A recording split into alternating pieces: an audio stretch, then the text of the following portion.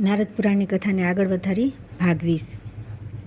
હે મુનીશ્વર, જેમના ચરણાવિંદોની પૂજા કરી દેહાભિમાન જીવ પણ શીઘ્ર જ અમૃત તત્વને પ્રાપ્ત કરી લે છે, તેમને જ જ્ઞાનીજન પુરુષોત્તમ માને છે। જે આનંદ સ્વરૂપ જરા રહિત પરમ જ્યોતિર્મય સનાતન અને પરાત્પર બ્રહ્મ છે, તે જ ભગવાન વિષ્ણુનું સુપ્રસિદ્ધ પરમપદ છે, જે અદ્વૈત, નિર્ગુણ, નિત્ય, અદ્વિતીય, અનુપગુ, પરિપૂર્ણ તથા જ્ઞાનમય બ્રહ્મ છે, તે જ સાધુ પુરુષ મોક્ષનું સાધન માને છે। જે યોગી પુરુષો યોગ માર્ગની વિધિથી આવા પરમ તત્વની ઉપાસના કરે છે, તે પરમપદને પ્રાપ્ત થાય છે। જે સર્વ પ્રકારની આસક્તિયોગનો ત્યાગ કરવાવાળો, શમ, દમ વગેરે ગુણોથી યુક્ત અને કામ વગેરે દોષોથી રહિત છે, તે યોગી પરમપદને પામે છે। નારદજીએ પૂછ્યું કે હે વક્તાઓમાં શ્રેષ્ઠ, કયા કર્મ દ્વારા યોગીઓના યોગની સિદ્ધિ થાય છે? એ ઉપાય યથાર્થ રૂપે મને કહો। શ્રી સનકજીએ કહ્યું કે તત્વાર્થનો વિચાર કરનારા જ્ઞાની પુરુષ કહે છે કે પરમ મોક્ષ જ્ઞાનથી જ પ્રાપ્ત થવા યોગ્ય છે। તે જ્ઞાનનું મૂળ છે ભક્તિ, અને ભક્તિ પ્રાપ્ત થાય છે ભગવત કર્મ કરનારાઓને। ભક્તિના લેશ માત્ર હોવાથી પણ અક્ષય પરમ ધર્મ સંપન્ન થાય છે। ઉત્કૃષ્ટ શ્રદ્ધાથી બધા પાપ નષ્ટ થઈ જાય છે। બધા પાપોનો નાશ થઈ જતાં નિર્મળ બુદ્ધિનો ઉદય થાય છે।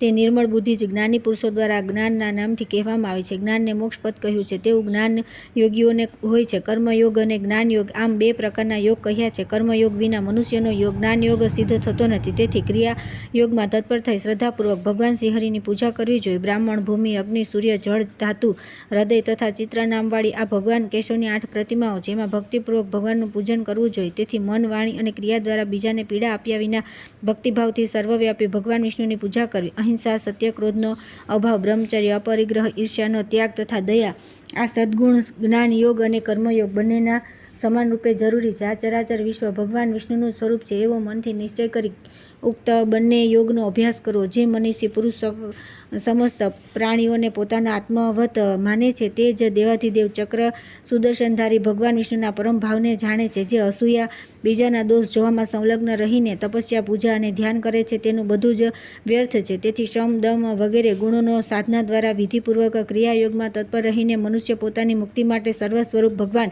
વિષ્ણુની પૂજા કરે છે। જે પ્રાણી માત્રનું હિતૈષી હોય, મન, વાણી અને ક્રિયા દ્વારા દેવેશ્વર ભગવાન વિષ્ણુને સારી રીતે પૂજન કરે છે, જે જગતના કારણભૂત, સર્વના અંતર્યામી અને સર્વ પાપહારી, સર્વવ્યાપી ભગવાન વિષ્ણુની સ્તોત્ર વગેરે દ્વારા સ્તુતિ કરે છે, તે કર્મયોગી છે। ઉપવાસ વગેરે, વ્રત, પુરાણ શ્રવણ વગેરે સત્કર્મ કર્યા પછી પુષ્પ વગેરે સામગ્રીઓથી જે ભગવાન વિષ્ણુની પૂજા કરવામાં આવે છે, તેને ક્રિયાયોગ કહે છે। આ પ્રમાણે જે ભગવાન વિષ્ણુમાં ભક્તિ રાખીને ક્રિયાયોગમાં મન લગાવે છે, તેમના પૂર્વ જન્મોના સમસ્ત પાપ નષ્ટ થઈ જાય છે। પાપ નષ્ટ થઈ જતાં બુદ્ધિ શુદ્ધ થઈ જાય છે। તે ઉત્તમ જ્ઞાનની ઈચ્છા રાખે છે, કેમ કે જ્ઞાન મોક્ષ આપનારું છે એવું જાણવું જોઈએ। હવે હું તમને જ્ઞાન પ્રાપ્તિનો ઉપાય બતાવું છું। બુદ્ધિમાન પુરુષે શાસ્ત્રાર્થ વિશારદ સાધુ પુરુષના સહયોગથી આ ચરાચર વિશ્વમાં સ્થિત નિત્ય અને અનિત્ય વસ્તુમાં સારી રીતે વિચાર કરવો। સંસારના બધા પદાર્થ અનિત્ય છે, માત્ર ભગવાન શ્રી હરિ જ નિત્ય છે। તેથી અનિત્ય વસ્તુનો પરિત્યાગ કરીને નિત્ય શ્રીહરિનો જ આશ્રય લેવો જોઈએ। આ લોક અને પરલોકના જેટલા ભોગ છે, તેમના પ્રત્યે વિરક્તિ હોવી જોઈએ। જે ભોગો પ્રત્યે વિરક્ત થતો નથી, તે સંસારમાં ફસાઈ જાય છે। જે માનવ સંસારના અનિત્ય પદાર્થોમાં આસક્ત છે, તેના સંસાર બંધનનો કદી નાશ થતો નથી। તેથી શમ, દમ વગેરે ગુણોથી સંપન્ન થઈ મુક્તિની ઈચ્છાથી જ્ઞાન પ્રાપ્તિ માટે સાધના કરવી। જે શમ, દમ, તિતિક્ષા, ઉપરતિ, શ્રદ્ધા અને સમાધાન વગેરે ગુણોથી રહિત છે, તેને જ્ઞાનની પ્રાપ્તિ થતી નથી। જે રાગ દ્વેષથી રહિત, સમાધિ ગુણોથી સંપન્ન તથા પ્રતિદિન ભગવાન વિષ્ણુના ધ્યાનમાં તત્પર છે, તેને મુમુક્ષ કહે છે। આ 4 નિત્ય અનિત્ય વસ્તુ, વિચાર, વૈરાગ્ય, સઠ સંપત્તિ અને મુમુક્ષત્વ સાધનોથી સાધક વિશુદ્ધ બુદ્ધિ કહેવાય છે। આવો પુરુષ સંપૂર્ણ પ્રાણીઓ પ્રત્યે દયાભાવ રાખીને સદા સર્વવ્યાપી ભગવાન વિષ્ણુનું ધ્યાન કરે છે। હે બ્રહ્મન, ક્ષીર, અક્ષર, જળ ચેતન સ્વરૂપ સંપૂર્ણ વિશ્વને વ્યાપ્ત કરીને ભગવાન નારાયણ વિરાજમાન છે, એવું જે જાણે છે, તેનું જ્ઞાન યોગ જ માનવામાં આવ્યું છે। તેથી હું યોગનો ઉપાય કહું છું, જે સંસાર બંધનથી મુક્ત કરનાર છે। પર અને અપર ભેદથી આત્મા 2 પ્રકારનો કહ્યો છે। અથર્વ વેદની શ્રુતિ પણ કહે છે કે 2 બ્રહ્મ જાણવા યોગ્ય છે। પર આત્મા અથવા પરબ્રહ્મને નિર્ગુણ બતાવાય છે, તથા અપરાત્મા અથવા અપરબ્રહ્મ અહંકારયુક્ત જીવાત્મા કહેવાય છે। આ બંનેમાં અભેદનું જ્ઞાન જ્ઞાનયોગ છે। આ પંચભૂતના શરીરની અંદર હૃદય કેશમાં જે સાક્ષી રૂપે સ્થિત છે, તેને સાધુ પુરુષોએ અપરાત્મા કહ્યો છે, તથા પરમાત્મા પર શ્રેષ્ઠ માનવામાં આવ્યા છે। શરીરને ક્ષેત્ર કહે છે। જે ક્ષેત્રમાં સ્થિત આત્મા છે, તે ક્ષેત્રજ્ઞ કહેવાય છે। પરમાત્મા અવ્યક્ત, શુદ્ધ તથા સર્વત્ર પરિપૂર્ણ કહેવાય છે। હે મુનિશ્રેષ્ઠ, જ્યારે જીવાત્મા અને પરમાત્માના અભેદનું જ્ઞાન થઈ જાય છે, ત્યારે અપરાત્માના બંધનનો નાશ થઈ જાય છે। પરમાત્મા એક શુદ્ધ, અવિનાશી, નિત્ય અને જગન્મય છે। તેઓ મનુષ્યોની બુદ્ધિભેદથી ભેદવાન જેવા દેખાય છે। હે બ્રહ્મન, ઉપનિષદો દ્વારા વર્ણિત જે એક અદ્વિતીય સનાતન પરબ્રહ્મ પરમાત્મા છે, તેમનાથી ભિન્ન કોઈ વસ્તુ નથી। તે નિર્ગુણ પરમાત્માનું કોઈ રૂપ છે, ન રંગ છે, ન કર્તવ્ય છે, ન કર્મ છે, ન કર્તૃત્વ કે ભોક્તત્વ પણ છે. તે સર્વ કારણોના પણ આદિકારણ છે, સંપૂર્ણ તેજોના પ્રકાશક પરમ તેજ છે. તેમનાથી ભિન્ન બીજી કોઈ વસ્તુ નથી. મુક્તિના માટે તે જ પરમાત્માનું જ્ઞાન પ્રાપ્ત કરવું જોઈએ. હે બ્રહ્મન, શબ્દ બ્રહ્મય જે મહાવાક્ય વગેરે છે, અર્થાત વેદ વર્ણિત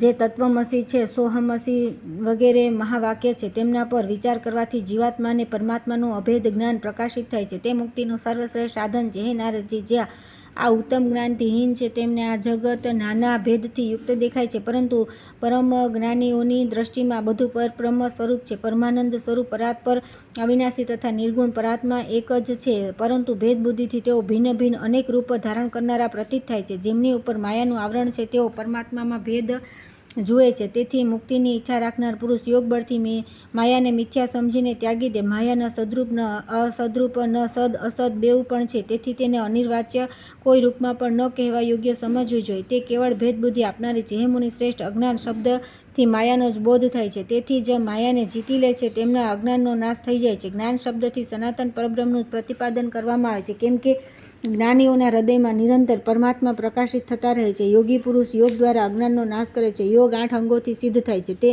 8 અંગોનું યથાર્થ રૂપે વર્ણન કરું છું. મુનિવર નારદ, યમ, નિયમ, આસન, પ્રાણાયામ, પ્રત્યાહાર, ધારણા, ધ્યાન અને સમાધિ આ યોગના 8 અંગ છે. હે મુનીશ્વર, હવે ક્રમશઃ સંક્ષિપ્તમાં એમના લક્ષણ બતલાવું છું. અહિંસા, સત્ય, અસ્તેય, બ્રહ્મચર્ય, પરિગ્રહ, અક્રોધ અને અનસૂયા આ સંક્ષેપમાં યમ બતાવ્યા છે. પ્રાણી માત્રમાં કોઈને ક્યારેય સહેજ પણ કષ્ટ ન પહોંચાડવાનો ભાવ છે. તેને સત્પુરુષો અહિંસા કહી છે. અહિંસા યોગમાર્ગમાં સિદ્ધપ્રદ છે. મુનિશ્રેષ્ઠ, ધર્મ અને અધર્મનો વિચાર કરીને જે યથાર્થ વાત કહેવામાં આવે છે તેને શ્રેષ્ઠ પુરુષ સત્ય કહે છે. ચોરીથી અથવા બળપૂર્વક બીજાના ધનને હડપ કરે છે તેને સાધુ પુરુષો દ્વારા સ્તેય કહેવામાં આવ્યું છે. આનાથી વિપરીત કોઈ પણ વસ્તુને લેવી અસ્તેય છે. બધી રીતે મૈથુનનો ત્યાગ બ્રહ્મચર્ય છે. હે મુનીશ્વર, આપત્તિકાળમાં પણ દ્રવ્યનો સંગ્રહ ન કરવો અપરિગ્રહ કહેવાય છે. તે યોગમાર્ગમાં ઉત્તમ સિદ્ધિપ્રદ છે. જે પોતાનો ઉત્કર્ષ જાણીને કોઈના પ્રત્યે અત્યંત કઠોર વચન બોલે છે તેના તે ક્રૂરતાપૂર્ણ ભાવને ધર્મજ્ઞ પુરુષ ક્રોધ કહે છે. એનાથી વિપરીત શાંત ભાવનું નામ અક્રોધ છે. ધન વગેરે દ્વારા કોઈની ઉન્નતિ જોઈને ઈર્ષ્યાના કારણે મનમાં જે સંતાપ થાય છે તેને સાધુ પુરુષોએ અસૂયા કહી છે. આ અસૂયાનો ત્યાગ જ અનસૂયા છે. હે દેવર્ષિ, આ પ્રમાણે સંક્ષેપમાં યમ બતાવવામાં આવ્યા છે. હે નારદજી, હવે હું તમને નિયમ બતાવું છું, સાંભળો. તપ, સ્વાધ્યાય, સંતોષ, શૌચ, ભગવાન વિષ્ણુની આરાધના તથા સંધ્યોપાસન વગેરે નિયમ કહ્યા છે. જેમાં ચાંદ્રાણી વગેરે વ્રતો દ્વારા શરીરને કૃશ કરવામાં આવે છે તેને સાધુ પુરુષોએ તપ કહ્યું છે. તે યોગનું ઉત્તમ સાધન છે. હે બ્રહ્મન, ઓમકાર ઉપનિષદ, દ્વાદશાક્ષર મંત્ર, ઓમ નમો ભગવતે વાસુદેવ, અષ્ટાક્ષર મંત્ર, ઓમ નમો નારાયણ તથા તત્વમસી વગેરે મહાવાક્યોના સમુદાયનો જે જપ, અધ્યયન અને વિચાર છે તેને સ્વાધ્યાય કહેવાય છે. તે પણ યોગનું ઉત્તમ સાધન છે. જે મૂર્ખ ઉપરયુક્ત સ્વાધ્યાય છોડી દે છે તેનો યોગ સિદ્ધ થતો નથી, પરંતુ યોગ વિના પણ માત્ર સ્વાધ્યાય માત્રથી મનુષ્યના નાશ થઈ જાય છે. સ્વાધ્યાય દ્વારા સંતુષ્ટ કરેલા ઈષ્ટદેવતા પ્રસન્ન થાય છે. હે વિપ્રવર, જપ 3 પ્રકારના છે, વાચિક, ઉપાંશુ અને માનસ. આ 3 પ્રકારમાં પણ પૂર્વ કરતાં ઉત્તર શ્રેષ્ઠ છે. વિધિપૂર્વક અક્ષર અને પદને સ્પષ્ટતા બોલતા રહીને જે મંત્રનું ઉચ્ચારણ કરવામાં આવે છે તેને વાચિક જપ કહે છે. તે સંપૂર્ણ યજ્ઞનું ફળ આપનાર છે. થોડા મંદ સ્વરમાં મંત્રનું ઉચ્ચારણ કરે ત્યારે એક પદથી બીજા પદનો વિભાગ કરતા જવું તેને ઉપાંશુ જપ કહે છે. તે પહેલા કરતાં 2 ગણું મહત્વ રાખે છે. મનમાં જે અક્ષરોની શ્રેણીનું ચિંતન કરતા રહીને જ તેના અર્થ પર વિચાર કરવામાં આવે તે માનસ જપ કહેવાય છે. માનસ જપ યોગ સિદ્ધિ આપનાર છે. જપ દ્વારા સ્તુતિ કરનાર પુરુષ પર ઈષ્ટદેવ નિત્ય પ્રસન્ન રહે છે. તેથી સ્વાધ્યાયપરાયણ મનુષ્ય સંપૂર્ણ મનોરથને પ્રાપ્ત કરી લે છે. પ્રારબ્ધ અનુસાર જે મળી જાય તેનાથી પ્રસન્ન રહેવું અને સંતોષ કહેવાય છે. સંતોષ વિનાના પુરુષને ક્યાંય સુખ મળતું નથી. ભોગોની કામના ભાગ્યે વસ્તુઓ ભોગવી લેવાથી શાંત થતી નથી, બલકે આનાથી વધારે ભોગ મને ક્યારે મળશે એ પ્રમાણે કામના વધતી જાય છે. તેથી કામનાનો ત્યાગ કરી ભાગ્યવશ જે મળે તેનાથી સંતુષ્ટ રહી મનુષ્ય ધર્મના પાલનમાં તત્પર રહેવું જોઈએ. બ્રહ્મ શૌચ અને અભ્યંતર શૌચના ભેદથી શૌચ 2 પ્રકારનું માનવામાં આવે છે. માટી અને જળથી શરીરને જે સ્વચ્છ કરવામાં આવે છે તે બાહ્ય શૌચ છે, અને અંતઃકરણના ભાવની જે શુદ્ધિ છે તેને અભ્યંતર શૌચ કહે છે. હે મુનિ શ્રેષ્ઠ, આંતરિક શુદ્ધિ વિનાના પુરુષો દ્વારા જે નાના પ્રકારના યજ્ઞ કરવામાં આવે છે તે રાખમાં હોમ કર્યા જેવા નિષ્ફળ હોય છે. તેથી રાખ વગેરે સર્વ દોષોનો ત્યાગ કરી સુખી થવું જોઈએ. હજારો ભાર માટી અને હજારો ઘડા પાણીથી શરીરની શુદ્ધિ કરી લીધા પછી જેનું અંતઃકરણ દૂષિત છે તેને ચાંડાળ જેવો અપવિત્ર માનવામાં આવે છે. જે આંતરિક શુદ્ધિ કર્યા વિના માત્ર બહારથી શુદ્ધ શરીરને કરે છે તે ઉપરથી શણગારેલા મદિરા પાત્રની જેમ અપવિત્ર છે, તેને શાંતિ મળતી નથી. જે માનસિક શુદ્ધિ વિના તીર્થયાત્રા કરે છે તેને તે તીર્થયાત્રા એ રીતે પવિત્ર કરતા નથી. જેમ મદિરાના પાત્રને નદીઓ, મુનિશ્રેષ્ઠ જે વાણીથી ધર્મનો ઉપદેશ કરે છે અને મનથી પાપની ઈચ્છા રાખે છે તેને મહાપાતકીઓનો શિરોમણી સમજવો જોઈએ. જેમનું અંતઃકરણ શુદ્ધ છે તે પરમ ઉત્તમ ધર્મમાર્ગનું આચરણ કરે છે તો તેનું અક્ષય ફળ અને સુખદ જાણવું જોઈએ. મન, વાણી અને ક્રિયા દ્વારા સ્તુતિ, કથા શ્રવણ તથા પૂજા કરવાથી ભગવાન વિષ્ણુમાં જેની દ્રઢ ભક્તિ થઈ ગઈ છે તેની તે ભક્તિ પણ ભગવાન વિષ્ણુની આરાધના કહેવાય છે તથા સંધ્યોપાસના તો પ્રસિદ્ધ છે જ. હે નારદજી, આ પ્રમાણે મેં યમ અને નિયમોને સંક્ષેપમાં સમજાવે. એમના દ્વારા જેમનું ચિત્ત શુદ્ધ થઈ ગયું છે, મોક્ષ તેમની મુઠ્ઠીમાં જ છે એવું માનવામાં આવે છે. યમ અને નિયમો દ્વારા બુદ્ધિને સ્થિર કરીને જીતેન્દ્રિય પુરુષ યોગ સાધનાને અનુકૂળ ઉત્તમ આસનનો વિધિપૂર્વક અભ્યાસ કરે. પદ્માસન, સ્વસ્તિકાસન, પીઠાસન, સિંહાસન, કુકટાસન, કુંજરાસન, કરુમાસન, વજ્રાસન, વરાસન, મૃગાસન, ચેલિકાસન, કોરોચસન, નાલિકાસન, સર્વતોભદ્રાસન, વૃષભાસન, નાગાસન, મત્સ્યાસન, વ્યાઘ્રાસન, અર્ધચંદ્રાસન, દંડવાતાસન, શૈલાસન, ખડગવાસન, મુદ્રગરાકાસન, મકરાસન, ત્રિપથાસન, કાષ્ઠાસન, સ્થાણુ આસન, વૈકરણીકાસન, ભૌમાસન અને વીરાસન આ બધા યોગ સાધનાના હેતુ છે. મુનીશ્વરોએ આ 30 આસન બનાવ્યા છે. હે સાધક પુરુષ, શીતળ ઉષ્ણ વગેરે દ્વંદ્વોથી પૃથક થઈને ઈર્ષા દ્વેષ છોડીને ગુરુદેવના ચરણોમાં ભક્તિપૂર્વક ઉપરયુક્ત આસનોમાંથી કોઈ એકને સિદ્ધ કરીને શ્વાસને જીતવાનો અભ્યાસ કરે. જ્યાં લોકોની ભીડ ન હોય અને કોઈ પ્રકારનો ઘોંઘાટ ન હોય આવા ઉત્તમ સ્થાનમાં પૂર્વ, ઉત્તર અથવા પશ્ચિમ તરફ મુખ કરી અભ્યાસપૂર્વક પ્રાણોને જીતે. પ્રાણાયામનો અભ્યાસ કરે. શરીરની અંદર રહેલા વાયુનું નામ પ્રાણ છે. તેમના વિગ્રહ વશમાં કરવાની ચેષ્ટાને આયામ કહે છે. આ જ પ્રાણાયામ કહેવાય છે. તેના 2 ભેદ છે, એક અગર્ભ પ્રાણાયામ અને બીજો સગર્ભ પ્રાણાયામ. આ બીજો શ્રેષ્ઠ છે. જપ અને ધ્યાન વિના જે પ્રાણાયામ કરવામાં આવે છે તે અગર્ભ છે અને જપ અને ધ્યાન સહિત કરવામાં આવતા પ્રાણાયામને સગર્ભ કહે છે. મનીષી પુરુષોએ આ ભેદવાળા પ્રાણાયામને રેચક, પૂરક, કુંભક અને શૂન્યકના ભેદથી 4 પ્રકારનો કહ્યો છે. જીવોની જમણી નાડીનું નામ પિંગલા છે. તેના દેવતા સૂર્ય છે. તેને પિતૃયોની પણ કહે છે. તે જ પ્રમાણે ડાબી નાડીનું નામ ઈડા છે, જેને દેવયોની પણ કહે છે. હે મુનિશ્રેષ્ઠ, ચંદ્રમાં તેને અધિપતિ દેવતા છે. આ બંનેના મધ્ય ભાગમાં સુષુમ્ના નાડી છે. આ અતિ સૂક્ષ્મ અને પરમ ગુહ્ય છે. બ્રહ્માજી એના અધિદેવતા છે. નાસિકાના ડાબા છિદ્રથી વાયુને બહાર કાઢો. રેચન કરવાને કારણે આનું નામ રેચક છે. પછી નાસિકના જમણા છિદ્રથી વાયુને પોતાની અંદર ભરવો. વાયુને પૂર્ણ કરવાના કારણે આને પૂરક કહે છે. પોતાના દેહમાં ભરેલા વાયુને રોકી રાખો, છોડો નહીં અને ભરેલા કુંભની જેમ સ્થિર ભાવે બેસી રહે. કુંભની જેમ સ્થિર હોવાના કારણે આ પ્રાણવાયુનું નામ કુંભક છે. બહારના વાયુને ન તો અંદર લઈ જાય અને ન અંદર વાયુને બહાર કાઢે. જેવો છે તેવો જ સ્થિત રહેવું. આ પ્રમાણે પ્રાણાયામને શૂન્ય સમજો. જેમ બળવાન ગજરાજને ધીરે ધીરે વશ કરવામાં આવે છે તે જ પ્રમાણે પ્રાણને ધીરે ધીરે જીતવા જોઈએ, અન્યથા મોટા ભયંકર રોગ થઈ જાય છે. જે યોગી ક્રમશઃ વાયુને જીતવાનો અભ્યાસ કરે છે તે નિષ્પાપ થઈ જાય છે અને સર્વ પાપોથી મુક્ત થઈ જતા તે બ્રહ્મલોકને પ્રાપ્ત થાય છે. મુનીશ્વર, જે વિષયોમાં ફસાયેલી ઇન્દ્રિયોને વિષયોથી સર્વથા સમેટીને પોતાની અંદર રોકી રાખે છે તેના આ પ્રયત્નનું નામ પ્રત્યાહાર છે. બ્રહ્મન, જેમણે પ્રત્યાહાર દ્વારા પોતાની ઇન્દ્રિયોને જીતી લીધી છે તે પરમાત્મા પુરુષ ધ્યાન ન કરે તો પણ પુનરાવૃત્તિ રહિત બ્રહ્મલોકને પ્રાપ્ત થાય છે. જે ઇન્દ્રિય સમૂહને વશ કર્યા વિના જ ધ્યાનમાં તત્પર થાય છે તેને મૂર્ખ સમજો, કેમ કે તેનું ધ્યાન સિદ્ધ થતું નથી. મનુષ્ય જે વસ્તુને જુએ છે તેને પોતાના આત્મામાં આત્મ સ્વરૂપ સમજે અને પ્રત્યાહાર દ્વારા વશમાં કરેલી ઇન્દ્રિયોને પોતાના આત્મામાં જ અંતર્મુખ કરીને ધારણા કરે.